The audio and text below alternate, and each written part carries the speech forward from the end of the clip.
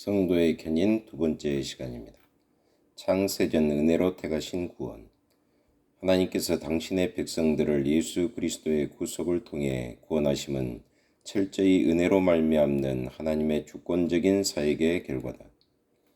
은혜란 하나님의 구원 사역 속에서 인간의 행위가 조금도 개입되지 않는 하나님 편의 선의적인 호의를 의미한다.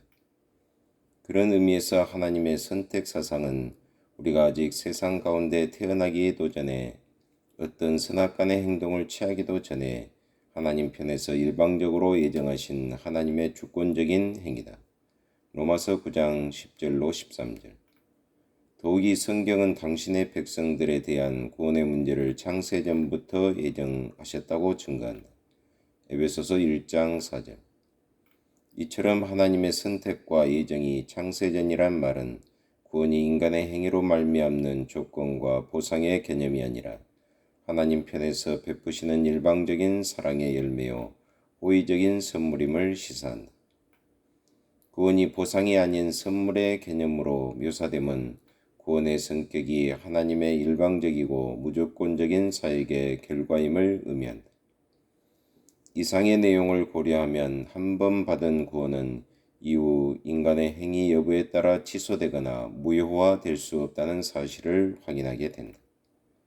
로마서 9장 10절로 13절을 통해 이런 사실이 증명된다. 본문은 이삭의 두 아들 에서와 야곱의 얘기를 기술한다.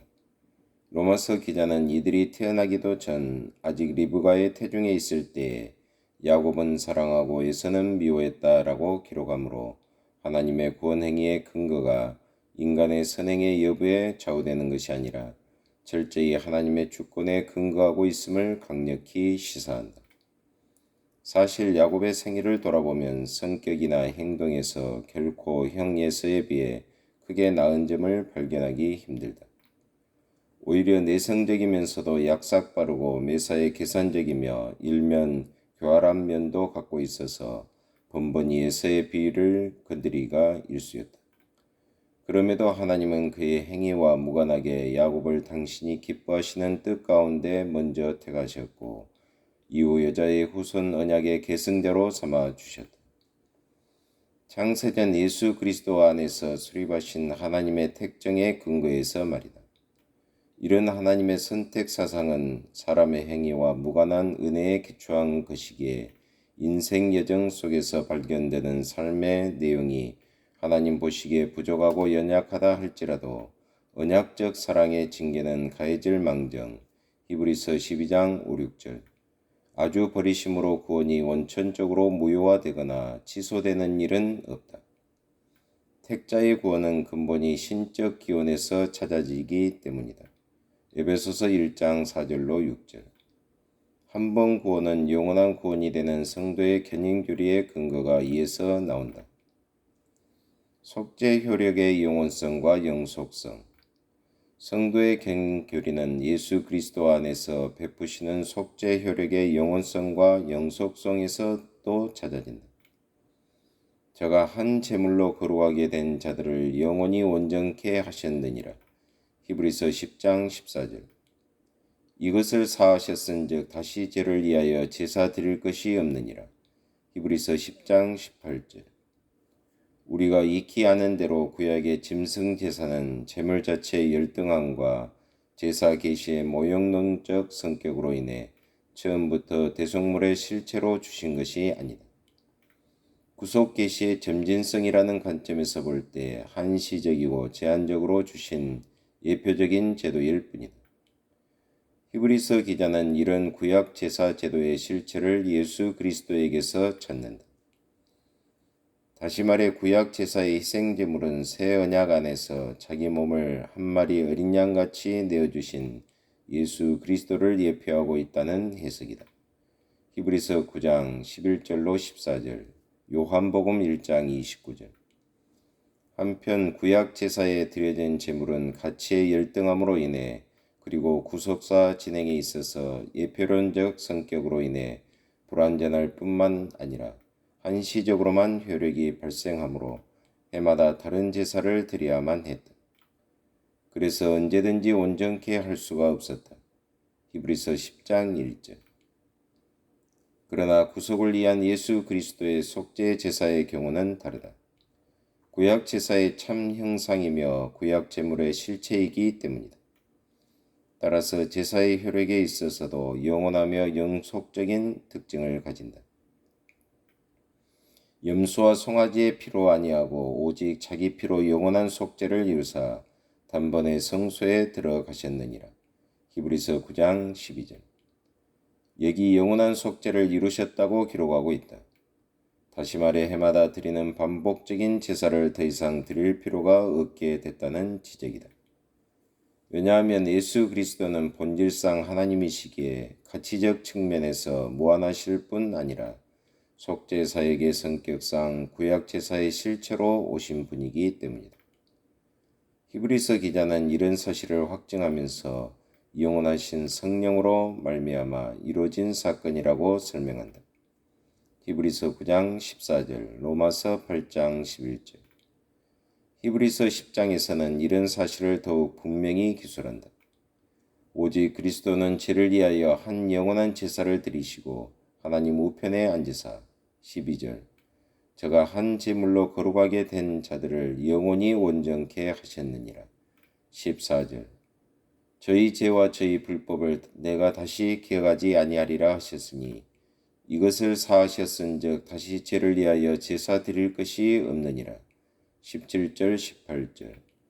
이상의 본문을 통해 예수 그리스도의 대속적 희생 제사가 갖는 효력이 영원하고 지속적이어서 반복해서 제사를 드릴 필요가 없음을 분명하게 시사하고 있다.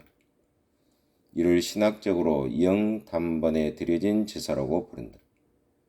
여기서 영원한 제사를 드렸다는 의미는 예수님의 보혈의 공로는 무한하셔서 효력이 미치는 범위와 시간이 무한정임을 가리킨다. 따라서 예수님의 속죄 사역의 근거에 제사함을 받고 구원의 은혜를 입은 자들은 어떤 경우라도 결코 구원을 잃거나 빼앗기지 않는다.